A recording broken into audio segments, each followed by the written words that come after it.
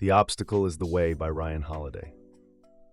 Introduction: The Stoic Art of Turning Trials into Triumph.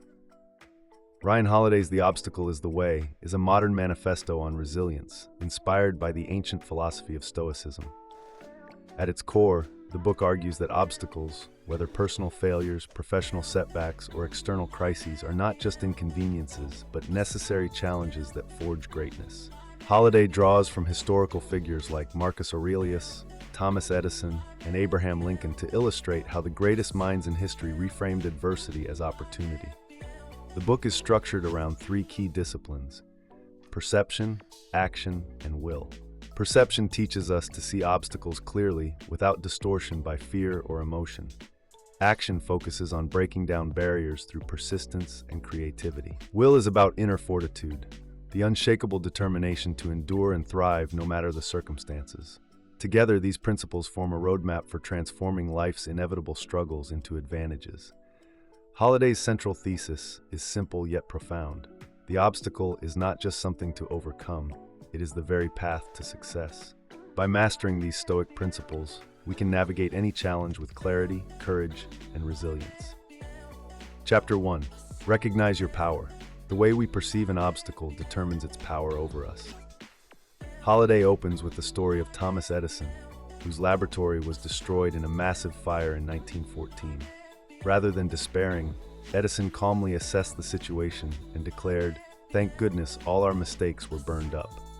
He saw the fire not as a catastrophe, but as a chance to rebuild better than before. This mindset shift is crucial. Many people magnify problems in their minds, making them seem insurmountable. But as Holiday explains, obstacles are neutral. It is our interpretation that gives them meaning. The Stoics called this the discipline of perception, the ability to see events objectively without emotional distortion. When we recognize that our reaction is within our control, we reclaim power over any situation. The lesson is clear. Before tackling an obstacle, first examine your perspective. Are you seeing it as an impossible barrier or as a challenge to be solved? The difference determines whether you will be defeated or empowered. Chapter 2. Steady your nerves. Fear is the mind's worst enemy when facing obstacles. Holiday illustrates this with Ulysses S. Grant, the Civil War general who remained unnervingly calm in battle. While others panicked under pressure, Grant's composure allowed him to make clear strategic decisions that led to victory. The key insight here is that panic clouds judgment. When we react emotionally, whether with anger, anxiety, or despair, we lose the ability to think rationally. Holiday emphasizes that calmness is a form of strength. By training ourselves to pause and assess before reacting, we gain a critical advantage. One practical technique is deliberate breathing, a method used by both ancient Stoics and modern Navy SEALs to maintain composure. The goal is not to suppress emotions, but to prevent them from hijacking reason. As Holiday puts it, the obstacle is not just external, it's also the chaos within us.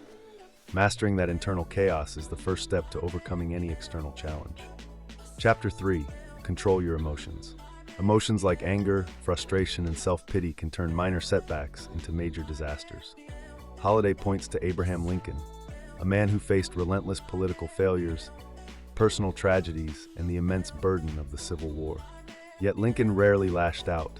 Instead, he channeled his emotions into focused, purposeful action. Holiday explains that emotions are natural but dangerous when unchecked. The Stoics practiced Porsche, attention to oneself, a habit of self-awareness that prevents emotional overreactions. For example, when insulted, instead of retaliating, they would ask, "Is this within my control? Does reacting help me?" The takeaway is that obstacles are easier to overcome when we respond rather than react. We prevent emotions from dictating our actions by pausing to reflect, whether through journaling, meditation, or simple deep breaths. As Holiday writes, you can't control the world, but you can control your mind. Chapter 4. Practice objectivity. Many obstacles seem worse than they are because we view them through fear, ego, or assumptions. Holiday uses Steve Jobs' exile from Apple as an example. Instead of seeing his firing as a failure, Jobs objectively assessed his position, founded Next and Pixar, and eventually returned to Apple stronger than ever. The Stoic technique here is view from above. imagining the obstacle from a detached, almost aerial perspective. Ask, what are the facts? What's really at stake? What's within my control? By stripping away emotional baggage, we see the obstacle for what it is, a problem to be solved, not a fate to be suffered. Holiday also warns against victim mentality, where people blame external forces rather than taking responsibility. Objectivity means recognizing that while we may not have caused the obstacle, we alone are responsible for our response. This shift in thinking is what separates those who crumble from those who conquer. Chapter 5: Get Moving. Analysis paralysis is one of the biggest obstacles to progress. Holiday highlights Amelia Earhart, who didn't wait for perfect conditions to pursue aviation. She took action despite enormous risks. The lesson? Movement creates momentum. Many people delay acting because they fear failure or want a perfect plan. But Holiday argues that imperfect action beats perfect inaction. The longer we stall, the more intimidating the obstacle becomes. Instead, start small. Break the problem into tiny, manageable steps. A powerful technique is the 5-minute rule. Commit to working on the obstacle for just 5 minutes. Often starting is the hardest part, and once in motion, progress follows. As Holiday writes, action is the antidote to despair. Chapter 6: Iterate and Persist. Failure is inevitable, but it's also feedback. Holiday recounts how Walt Disney faced bankruptcy, rejection, and technical failures before creating Disneyland. Each setback taught him something new. The Stoic approach here is persistence with flexibility. If one path is blocked, find another. Thomas Edison famously said, "I have not failed. I've just found 10,000 ways that won't work." The key is to keep adjusting, keep trying, and never see failure as final. Holiday also introduces the concept of anti-fragility, systems that grow stronger under stress. By embracing obstacles as learning opportunities, we don't just endure, we improve. Chapter 7: Follow the process. Obstacles often appear overwhelming when we focus solely on the end goal rather than the steps required to get there. Holiday illustrates this with Nelson Mandela's 27-year imprisonment. Rather than despairing over his lengthy sentence, Mandela focused on small daily disciplines, maintaining his health, studying, and building relationships with fellow prisoners. This process-oriented mindset allowed him to emerge not broken, but stronger. The Stoic approach here is systems over goals. While goals are important, fixating on them can create anxiety when progress seems slow. Instead, Holiday advises focusing on controllable processes. What can I do today? What small step moves me forward? This shifts attention from the intimidating mountain to the next foothold. A practical application is checklist discipline, used by surgeons, pilots, and elite athletes to ensure consistent execution under pressure. By breaking down complex challenges into simple, repeatable actions, we prevent overwhelm and maintain progress. As Holiday writes, mastery comes from monotony, the willingness to do the small things right repeatedly. Chapter 8: Turn weakness into strength. What appears as a limitation can often be transformed into an advantage through creativity and reframing. Holiday recounts how Demosthenes, destined to be a mediocre speaker due to a speech impediment, became ancient Greece's greatest orator through relentless practice, including speaking with pebbles in his mouth to improve enunciation. This chapter introduces the Stoic principle of turning the obstacle upside down. Instead of lamenting constraints, ask, how can this work for me?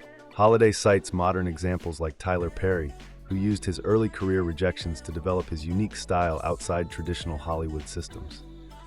Constraints often force innovation that comfort never would. The practical takeaway is to conduct a weakness audit, list your perceived disadvantages, then brainstorm how each could be leveraged. Lack of resources? It breeds resourcefulness.